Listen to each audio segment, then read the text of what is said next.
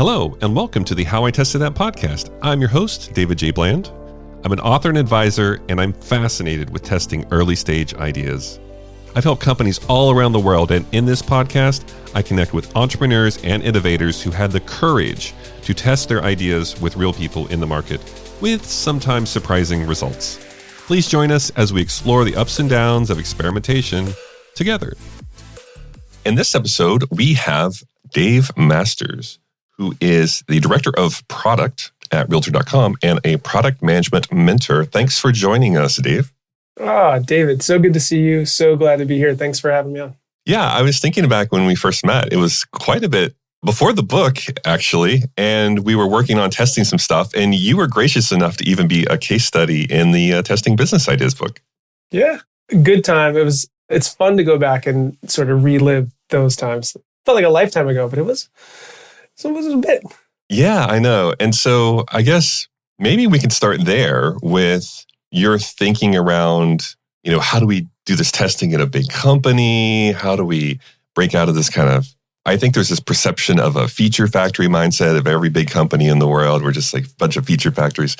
But I'm just really curious, coming back to that case study, there was only a couple paragraphs we could include, in the book. And I was just really curious, what came about? What was that nugget of, oh man, I really feel like I need to test this before we build this out? Maybe you could clue our audience in on that.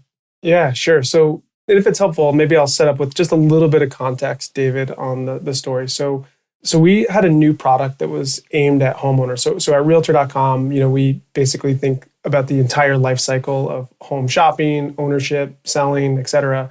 And one of the products that we were, working on my team was an owner dashboard. And when we talked to homeowners, a large pool of the people that we had within this dashboard were people who were considering selling. Now, so we started to talk to that population, and we heard a lot from them about the juggling between the buying of their next home and selling their existing home and being able to time the market and things of that nature. We're literally heard it over and over and over again. So we were pretty confident that was a real problem. But one of the things that we had, we're also a pretty mature company. So we have tools all around Realtor.com. And we had just this really simple insight that said, hey, we have this data over here and this feature over here. What if we could sort of pull those two things together and just bring together this feature to a sort of a different audience? And so as part of the test case, one of the things that we really wanted to do was just go, all right, we heard this. Does the value proposition of bringing these features in the system actually matter to these people? And so that's all I did. I literally went and took the words they said, created a quick little guide, and boom, we're off to the races. I'll expand on that story whenever we get to that moment. But it was, I would say it was pretty low risk in the sense that we weren't having to necessarily build something brand new from scratch. It was also in a platform that the audience was growing. It wasn't our most important pages by any stretch of the imagination. And as I've evolved my career here, and as I've evolved my thinking around experimentation, it's those, kind of inputs to your process really matter. A page with high traffic versus a page with, limited audience, those risks really sort of vary as you kind of get into that. So, yeah. And I think, we have listeners that are startup entrepreneurs. We also have listeners that are innovators at bigger companies. And I think when you come back to where these tests come from, where do these ideas for these tests come from, it sounds as if you were already doing customer interviews and this is something that was coming up during those customer interviews. Is that correct? Yep, definitely. And so from there, it's pretty light evidence. I mean, people are saying something, but you want to get to, okay, if I was going to build a solution for this, would they really use it and everything? So it sounds as if you and your team got together and started thinking through, okay, how would we go test that?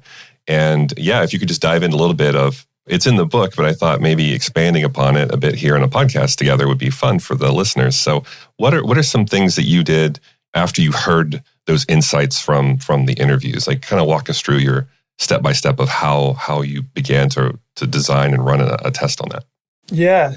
I'd really encourage anybody who hasn't done any one of the business model canvases or lean canvas, whether you're an existing product or entrepreneur, or whatever sort of level, I think those really help set a nice foundation that kind of give you a sense of where your opportunities lie. So our team put together a quick canvas. We saw some value propositions based on the words that we heard. And so literally I was digging up the screenshots this morning. I was kind of chatting through this, and we use the words that they used verbatim in some of those interviews to say, these are the words that we heard over and over again. We're going to put that there and say, do you have this problem? Yes. But what we did is, as we started to look at the different things the problems that we had heard from these folks, and we said, all right, look, we could build something new. We also have a couple of these features that already live across Realtor, which might be able to satisfy some of these needs, but they're used for something totally different today. So, and the feature was basically being able to kind of compare different market insights. So what I mean by that is if you punch in a zip code on realtor.com in certain areas, it'll tell you like how many homes are available in that market, how long they last on site, the median days on market, the median price range, and some other stuff. So if you take those insights as someone who's in the market that you're looking to buy, you do the same thing and compare it to the market that you're looking to sell. Now it's like you can get some quasi insights that basically say, yep, I should sell here first because houses here, take a little longer to sell versus how quickly the market moves in the other place. So, those little things that we had kind of thought about maybe just repurposing for this particular audience and combining those insights could be a useful sort of first pass to solve that problem for people. So in order to actually do that, we had instrumented a product called Pendo, and within Pendo, they have these features called guides. And so with really limited engineering support at the time, limited design support, we basically kind of comped up a little button within the experience. That button then opened up, quote unquote, one of these guides. And we used that guide to just say, tell us which market you're selling in. Great. Tell us which market you're buying in. Great. And then effectively a little promise that said, hey, within the next 24 hours, we'll send you a report to help you understand the sort of market insights. And that was the gist of the test. And now the promise of that was ultimately me having to package together some of these insights for people. So I had hoped for a number to sort of develop some evidence and realize that I was going to have to complete those reports myself. But I didn't expect it to be as high as the signal that we got, which ultimately meant I had to spend quite a bit of time packaging together those reports for these users. So it was a good signal, good evidence, and and ultimately I think is the right path for us and sort of getting that detail and merging that feature that already existed and bringing it into the dashboard. There are a couple of things I want to unpack there. One is, I think, very insightful, where you took almost verbatim the words you were hearing in your customer interviews and put that in the language in the pop-up. I think even though you made that connection, I find a lot of people don't. We take great notes, we look at our interview scripts, we review everything, but then I don't see teams take the quotes from there, which I do think sometimes we err on the side of, well, we got to make this feature better and faster and add more things and all this. And really the problem is that people don't understand what we're saying. And so I think that's very insightful of taking quotes from the actual interviews and using that in your experiment. I love that. And the other thing here was, it seemed like a concierge, what we would call a concierge test, what you did. And so that doesn't scale, but I think you're showing why we don't want it to scale because it sounds like you had an influx of demand that maybe you didn't anticipate. And therefore, you had to live up to your promise by manually creating these, which took, I don't know, somewhere between 10 to 15 minutes to create each one? Yeah, that's about right. Yeah, and look, I'd say it felt natural because we had heard the same sort of quotes over and over again. It was like, just, are you looking for this? Because here, we've got a tool that helps you do this thing. So that language felt natural. I think you're 100% right, because oftentimes it's like we're looking for the quote unquote value prop that we want to deliver with whatever the feature is. And we market that with, marketing language and try to sort of like be as concise as possible. By the way, I looked at the words that I use. I'm like, all right, this is probably a little long. I don't know. I don't know if this was such a great idea, but it clearly resonated because it was visible for people and it took quite a bit of time. And yeah, then look, on the concierge experiment, this was not my first time doing this type of experiment, but I find them super valuable because it's like, it's a direct connection as a product person to your customer, right? So in the test, it's like, we said that we had this value proposition for you as a customer. I'm going to deliver this thing to you. Granted, it's going to be manual and it's not going to be perfect, but it's going to be the promise that we're saying basically on this quote is here, and I'm going to aim to deliver that. And then we're going to talk about it, or I'm going to at least have access to you to say, was this helpful? Was this not helpful? And sort of now you could be my next round of customers who I talk to continue to refine this feature set. So that connectivity between yourself as a product person and your customer is just embedded in these types of concierge experiments. And so I really love that model and that kind of experience. I was thinking something you mentioned there. So it sounds as if if I remember correctly, you sent them an email with the report that you had handcrafted or pulled from manual internal tools, data sets. And then you had, I believe you had like a Calendly link or something where they could reach out to you directly and give you feedback. Is that how you structured that experiment? Is that correct? Yeah. So basically it was, we had these market insights and it was literally, you could just go and punch in a zip code. And so I just went, punch in the zip code for the market that they were selling in, screenshotted it, then took the market that they were selling in, screenshotted. I mean, the feature, just like I said, it existed already across Realtor. And so I just copy and pasted that all into a PDF for them and then attached the PDF into the email that I sent directly to them. Yeah, with the Calendly link and saying, hey, I'm here to help you. If we understand this is a big problem, so let us know if this helps, and be happy to learn more about what you're trying to achieve, to see if there's other things that we can do to continue to build out a product set for you. So, but just having that link, they had my your, so I got emails back from a couple of other people, just both thanking me and me being able to kind of engage with them a little bit. Is this helpful?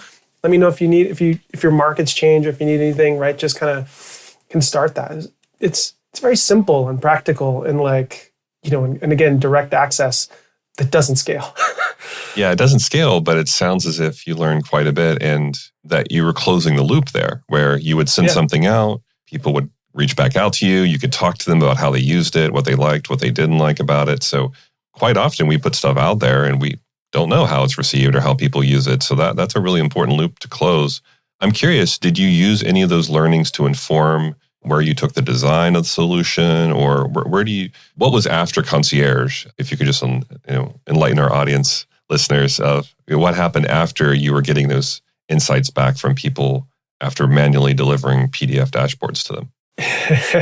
Yeah. So what we did was, I'm going back exactly what happened, but it was something along the lines of, okay, we know this feature exists over here. How do we now bring that into their owner dashboard and kind of compile that with like a market insights thing? So that's literally what we did. We just brought the feature directly in there. So now people could go into their dashboard when they're looking at their home's value or whatever, and they could just simply compare the two different markets they only had to compare or add a second market because we already knew enough about their home and whatever was there inside the system. So it was just, what other zip codes would you like to add here, sort of thing? And you could add them on and kind of compare the two different insights. So yeah, that feature was live. And then we rebuilt the whole owner dashboard after that. And that feature still exists in the new version. So yeah, that little insight just led us to repackaging and repurposing a tool that existed across RDC, but for a more focused and niche part of the audience. So I love that journey. So you start with customer interviews,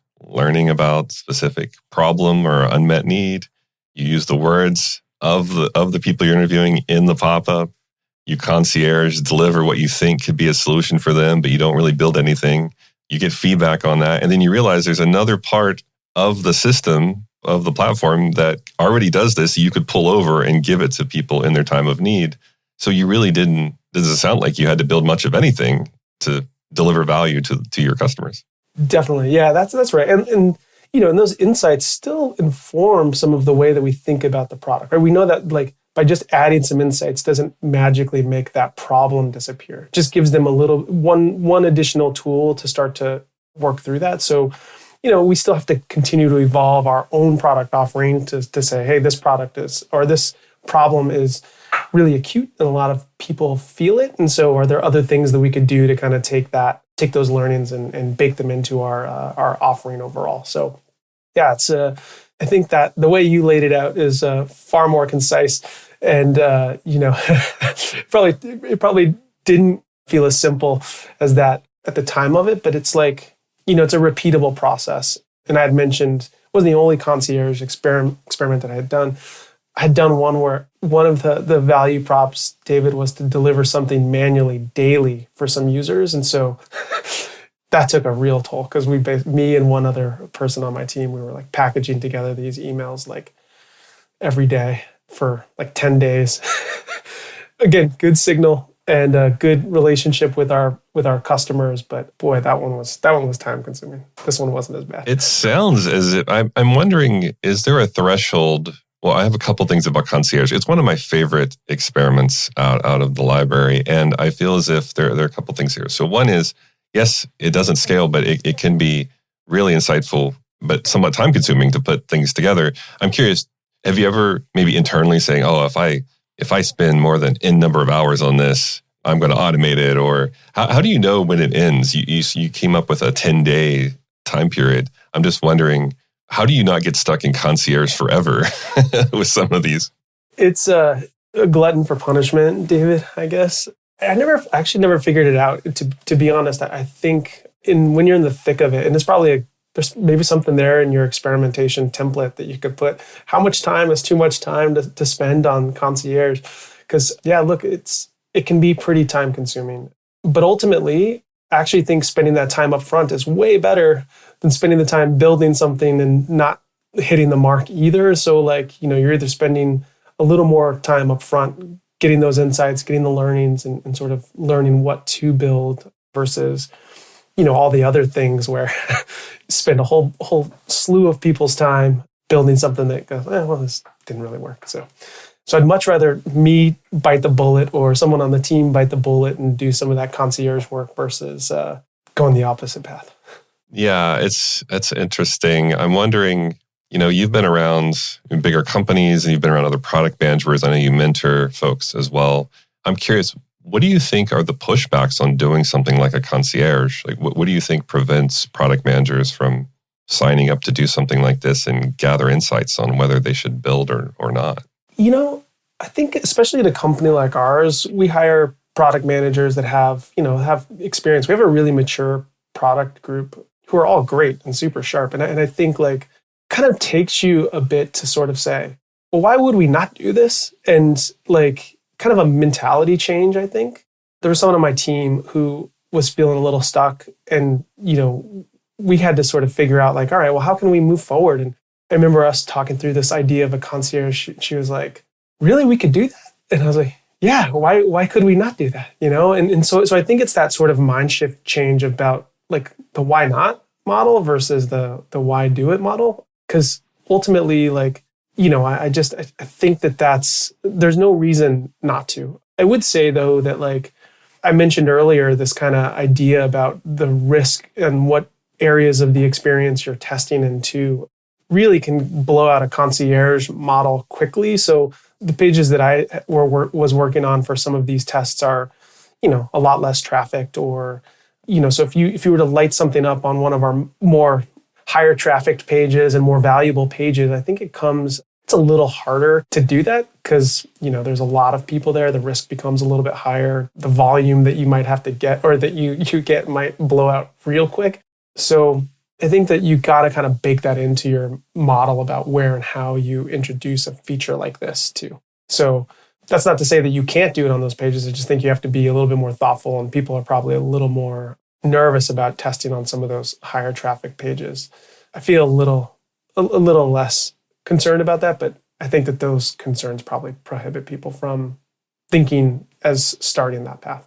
Yeah, I could see that or you'd have to segment in a way where maybe you don't run it for very long and you don't run it for everybody, but there's a very specific target. But then, some companies I work with really struggle with segmentation. And if you don't have that segmentation, then it can be really difficult to control that kind of fire hose of traffic coming into your experiments.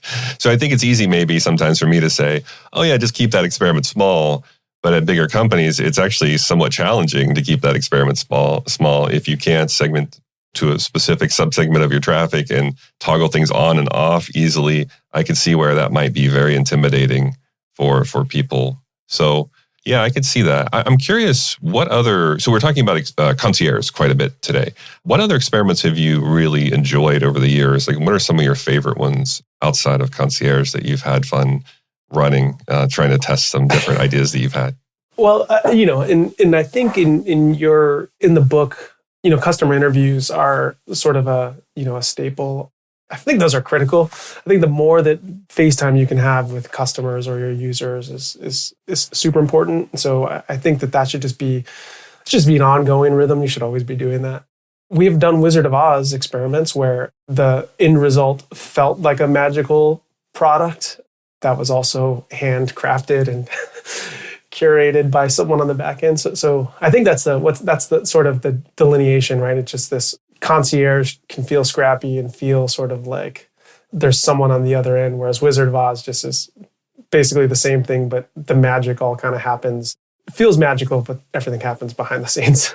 Yeah, it's like all the AI startups I mentor coming through Silicon Valley that are doing it all by hand behind the scenes. But eventually it'll be AI. The end customer doesn't care as long as they get the value. So I'm curious, did you have some of those concerns with Wizard of Oz or anything where we can't do this and the customer's going to get value, but maybe they don't know how they're getting the value or it doesn't sound like, you're nodding your head, it doesn't sound like you had many of those concerns. Well, I think the thing about the reason that I would say doing a Wizard of Oz experience versus a concierge experience is the Wizard of Oz will feel a little closer to what the end product might be. And so I think there's another validation point versus the concierge one, which is like me sending a personal email to 80 people with their own personalized dashboard doesn't feel like a magical experience, but it does solve the problem. Whereas, hey, if all of a sudden we could build this beautifully branded experience that sort of felt really elegant versus a pop-up modal that didn't have a whole lot of style going with it, right? Like I think it sort of kind of takes your experience from that kind of early adopter. I'm willing to test an alpha version of a product versus nope, this is ready for all consumers and all types sort of model. So where you might have a little bit more risk. And so we've tried that. I've done some of those Wizard of Oz ones where it's like, yep, the onboarding of the experience feels really good and professional, and it's like Typeform in the background, right?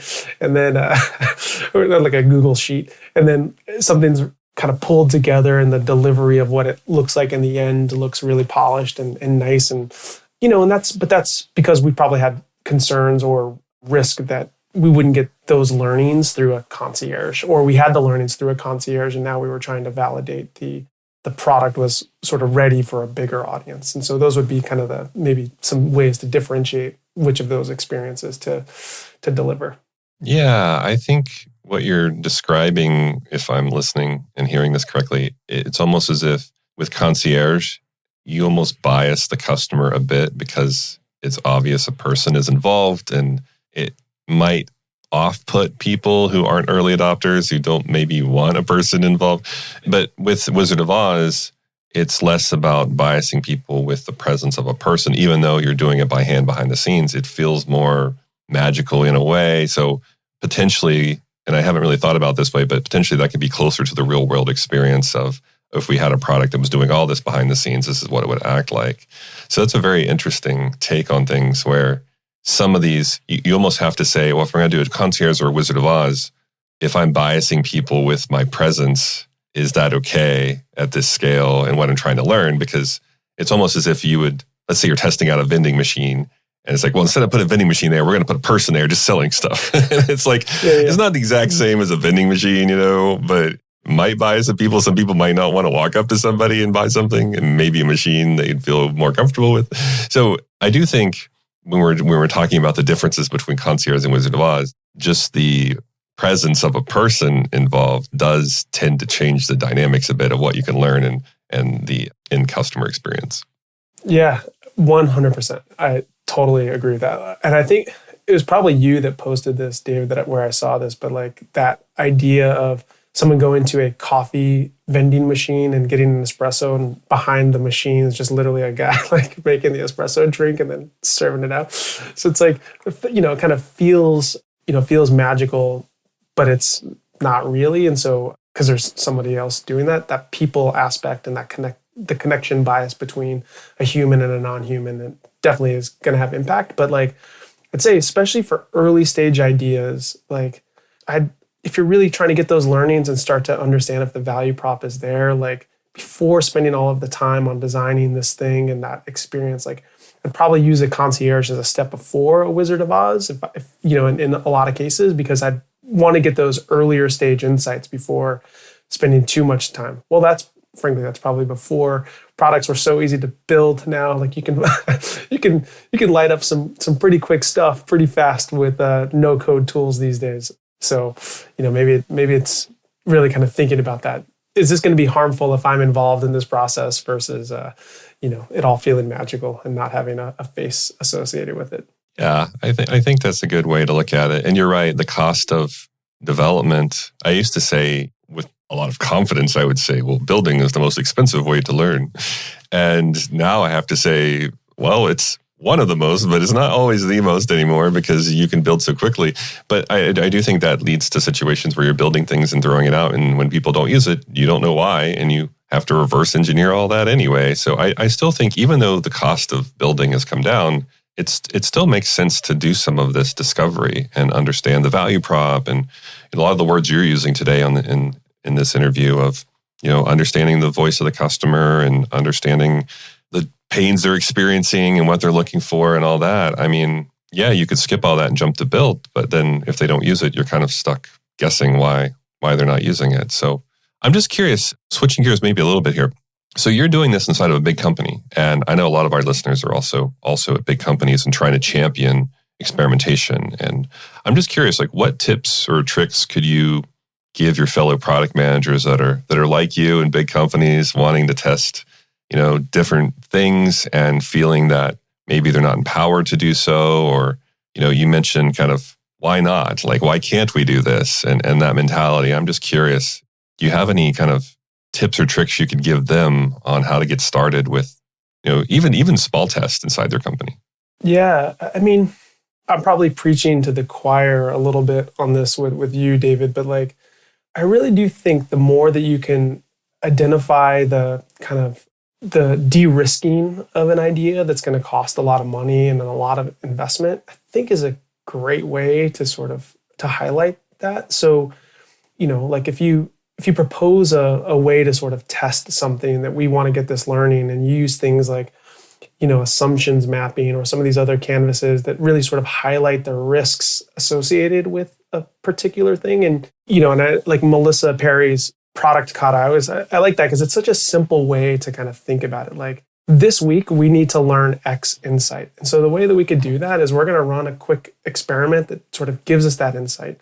So I just think if you kind of package it that way, it's hard to sort of to push against that, right? Like, hey, rather than us taking our time and energy and our focus off of the things that we're currently working on, what if me as a product manager spends the next 2 days working on a concierge to sort of get more access to my customers, learn if this value prop of this seed of an idea that we have is worthwhile? Like, it makes it start to feel like that just is the natural path forward, right? So like, hey, let's not lose focus on some of these other things, but we got to start planting seeds for what's next.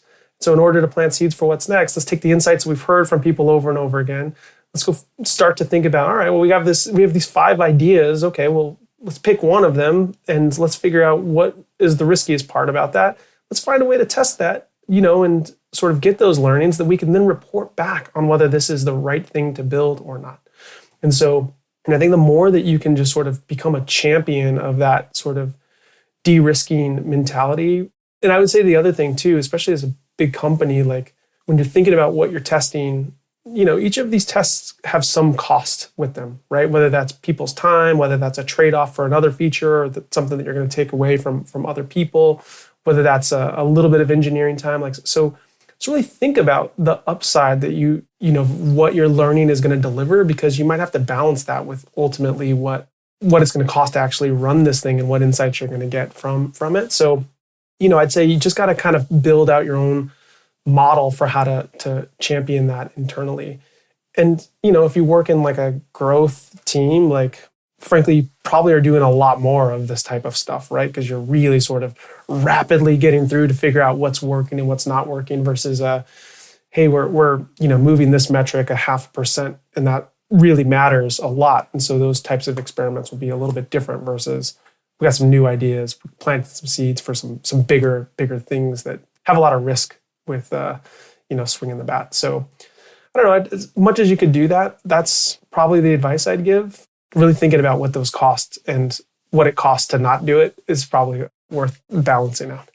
I like that. It feels as if we're talking about, we always like to talk about how much money we're going to make, but potentially you could be talking about how much money you're going to save the company too by not going down a path, building something that nobody really is going to adopt. So this idea of, hey, let's just test and see if there's anything there, anything directional points to the sign that this could be big. I'd love to see more of my clients also just keep a running tally of how much money they've saved the company by running experiments and killing things. It may not be the sexiest side of business, but I mean, let's face it, we've all worked on something that we spent way too much time on and felt as if, wow, I wish we'd have stopped earlier. And I think having some kind of process where you can stop earlier is also as important inside big companies as generating revenue. I mean, yeah, it's that kind of old idiom where it's just basically like deciding what to do is also deciding what not to do. And so like as part of what you're building, like, you're making a conscious choice to spend time on something. And so the more evidence you can collect to say, this is the right thing we should be doing, I think sort of just feels better to be going down a path that you have that much more conviction and certainty around. So the more that you can kind of build that case, I think the better overall. Thank you. Yeah, this is great. I loved having you expand a bit on the case study that was in the book and get a little more color and context around that. I love that you do other concierge experiments and Wizard of Oz experiments, and you're constantly talking to customers. I wish more people would see that as something constant and not a phase where we talk to customers and then move on. And so, yeah, I just want you to keep testing, keep sharing what you're doing with folks, because I do think there are some folks like you in other big companies that they feel very alone. They don't feel as if they can run tests and go off and do what you're doing. So I appreciate you sharing your stories. I want to know, where could people find out more about you if they wanted to reach out, maybe if they're working at a big company or somebody that's looking for a mentor, like where can they find you? I would have said X. I'm not really on that anymore though, too much. So probably LinkedIn is probably the best place to get me. And yeah, I'm always happy to kind of chat about ideas and sort of giving guidance. But yeah, that's probably the best place to get me. All right. So find Dave Masters on LinkedIn. He is available if you have some questions about anything we chatted about today. Thanks again so much, Dave, for joining us for this conversation. I really enjoyed it. Yeah, my pleasure, Dave. Great to be here with you. Great to see you as always. Thank you for listening to another episode of How I Tested That, where we share stories about experimentation, tips, and tricks. If you learned something new, please recommend us to a friend or colleague. And remember, keep testing your ideas.